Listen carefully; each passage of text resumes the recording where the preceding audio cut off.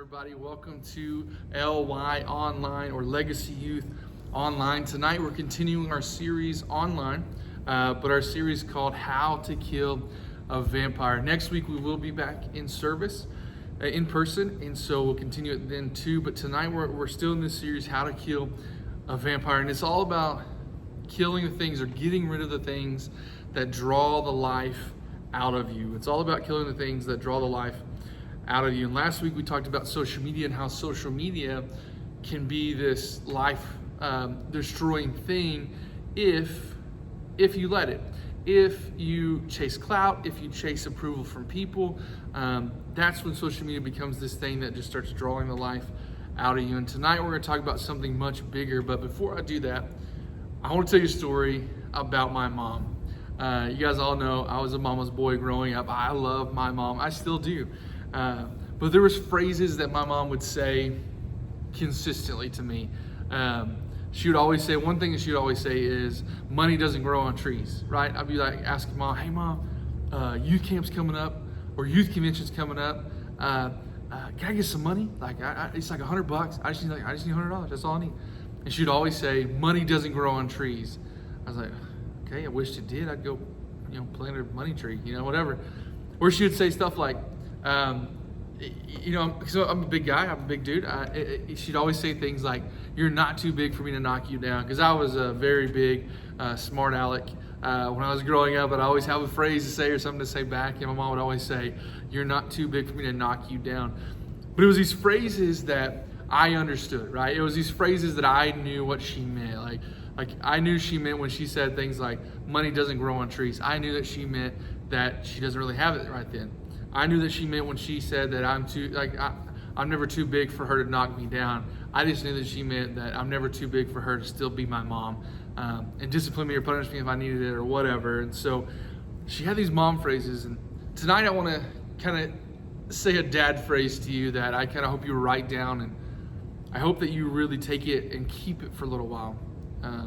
Because those are the phrases that I kept from my mom. And I did. There's things that I say to Nora that I didn't think that I would say to Nora that I heard my mom say to me, but I hope that you take this and write it down somewhere. But it's simply the fact that you should not, actually it's just don't leave this season without your identity.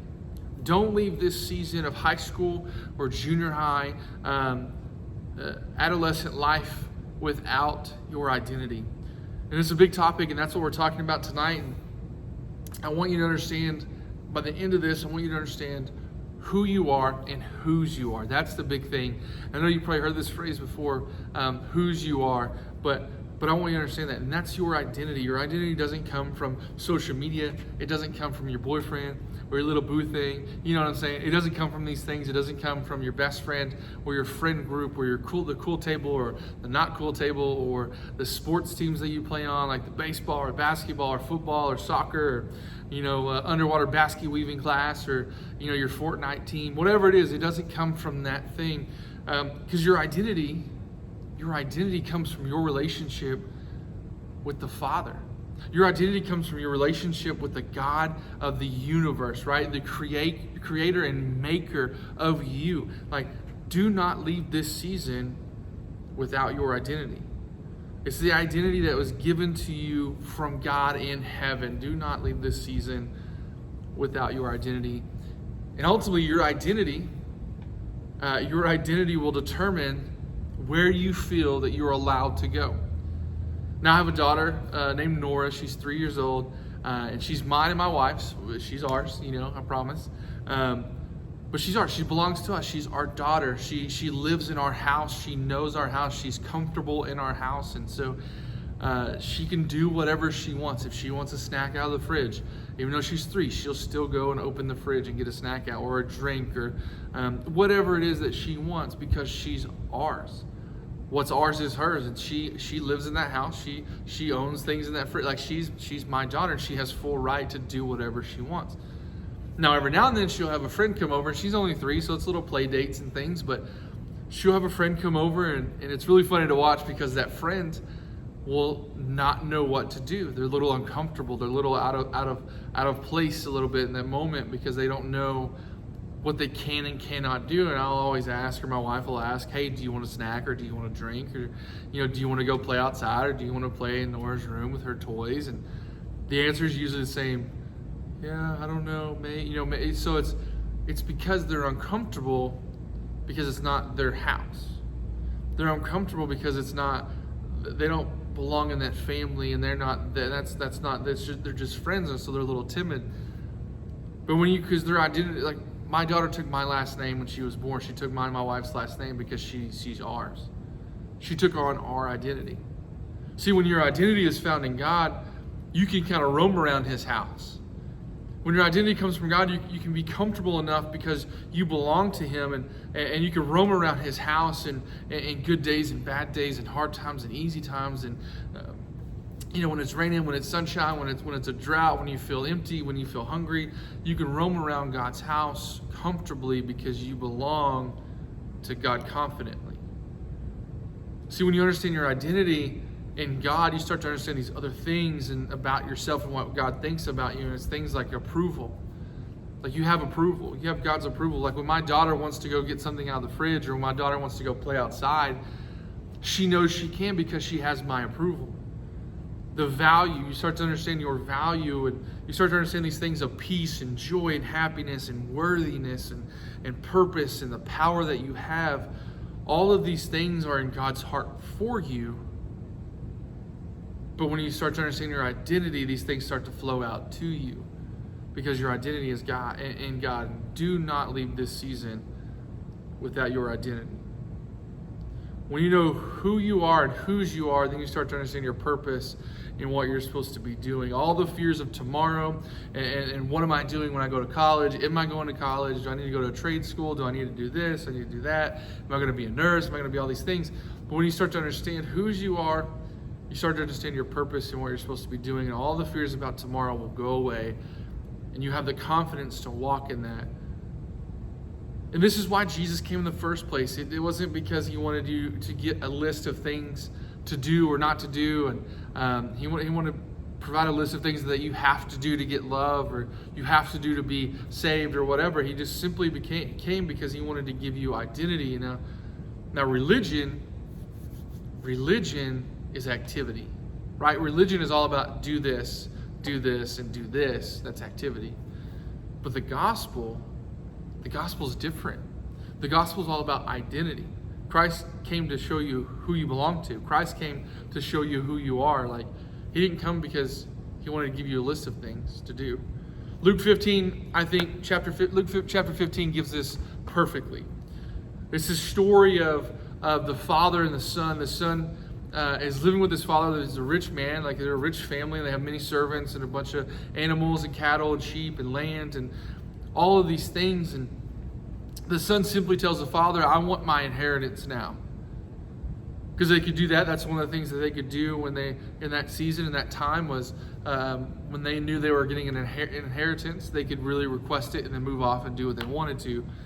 So the son came and he said, Dad, I want what I'm owed. I want my inheritance. Give me what my inheritance is. And so the dad sadly agreed, and he said, yes, okay, here's this. And he gives him all of this stuff and this wealth. And the son goes off and he just blows all the money.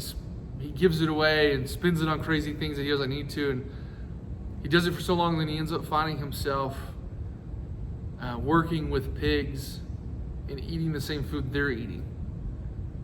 Now, Jesus is telling this story to these people because he's in a room full of people who are arguing about what it means to be in heaven, or how do I get saved? Because on one side you got all these people who think one way, and then on the other side you got all these people who think that they're good because of all the stuff that they've done. It's the Pharisees and all these people who are like, no, I'm good because I did all this stuff. So he tells this story, and he gets this kid who's eating with these pigs, and he's so shameful and so tired, and he comes up with this idea. Jesus is telling the story, and this kid comes up with this idea, and he just says, I'll go back to my father begging. I'll go back to Dad, and I'll just say, look, you don't have to feed me, you don't have to do anything. I'll just go work and live with the servants. I'll just go sit at their table, and I'll live in their house. And you could just hire me. You don't have to I don't have to be your son yet. Like, I can just earn my way back up and eventually maybe be in your house. And so he goes back and he's running to he's walking to the father. And the father's over on his side of the house, and he looks out and he just sees his son up on the hill. And he looks around at all his brothers and all these people in his house. He goes, Is that my son? Is that who I think that is? And the son who's on the hill is covered in dirt. He's gross and he's getting back to the point where he's so shame-filled and ready to just beg. And the father sees him and runs to him. He runs to his son. That didn't happen back then, because that wasn't what sophisticated people did. This wasn't what rich people did. They didn't run. But he runs to his son, and the son starts talking, and he's like, Dad, look, you don't have to do all this. Before the son can get out a full sentence, the dad wraps him in his arms. And he said, go get a ring for his finger. Go get a robe to put on him, and go get shoes for his feet. Now, this is a big deal. This is a really big deal. And these are the things that God has for you when you become his son and take on his identity. He has a ring for your finger and a robe for you to be covered in, and he has shoes for your feet. And those are the three things that we're going to talk about real quick. Because what does that mean? What does that mean to me? What does that mean for you? What does that mean in this moment of your identity and in Jesus and all this? What does that mean? And simply these three things. The ring signifies that you are loved. The ring signifies that you are loved. And I know some of you may be thinking, but I was told I was a mistake, but you're loved. I was abandoned when I was a baby, but you're loved. I'm told I'm worthless. Yeah, but you're loved. My parents didn't want me, and my adopted parents don't act like they want me around anymore either, but you're loved. God has a ring for your finger. I'll get bullied, I get picked on, I get made fun of, but you're loved. I was brought up in the wrong family. I don't work with this family well. I don't seem to fit in with my brothers or my sisters or my family at all. But you're loved.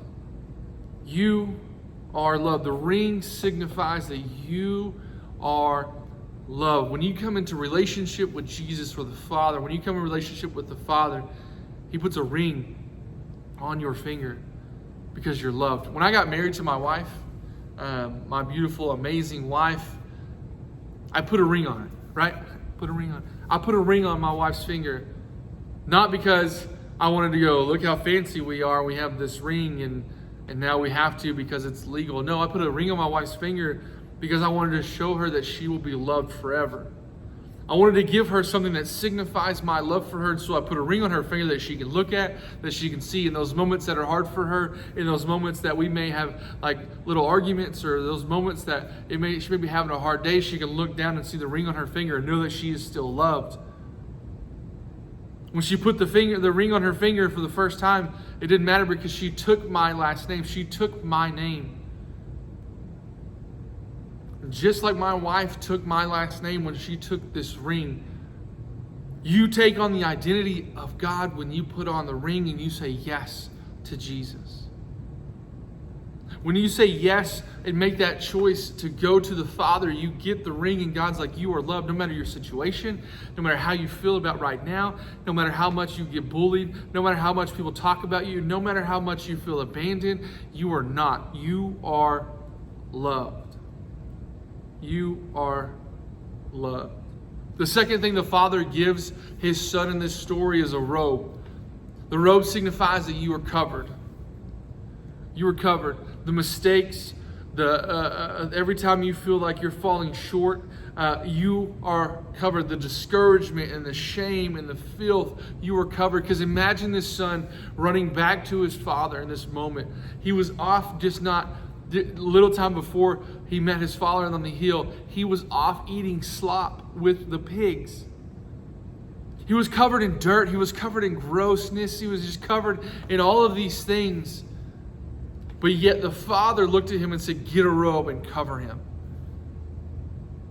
Now we see the shame and the guilt and the fear and the things that we put ourselves in, those positions, those things that we do, in those moments we said we wish we could take back.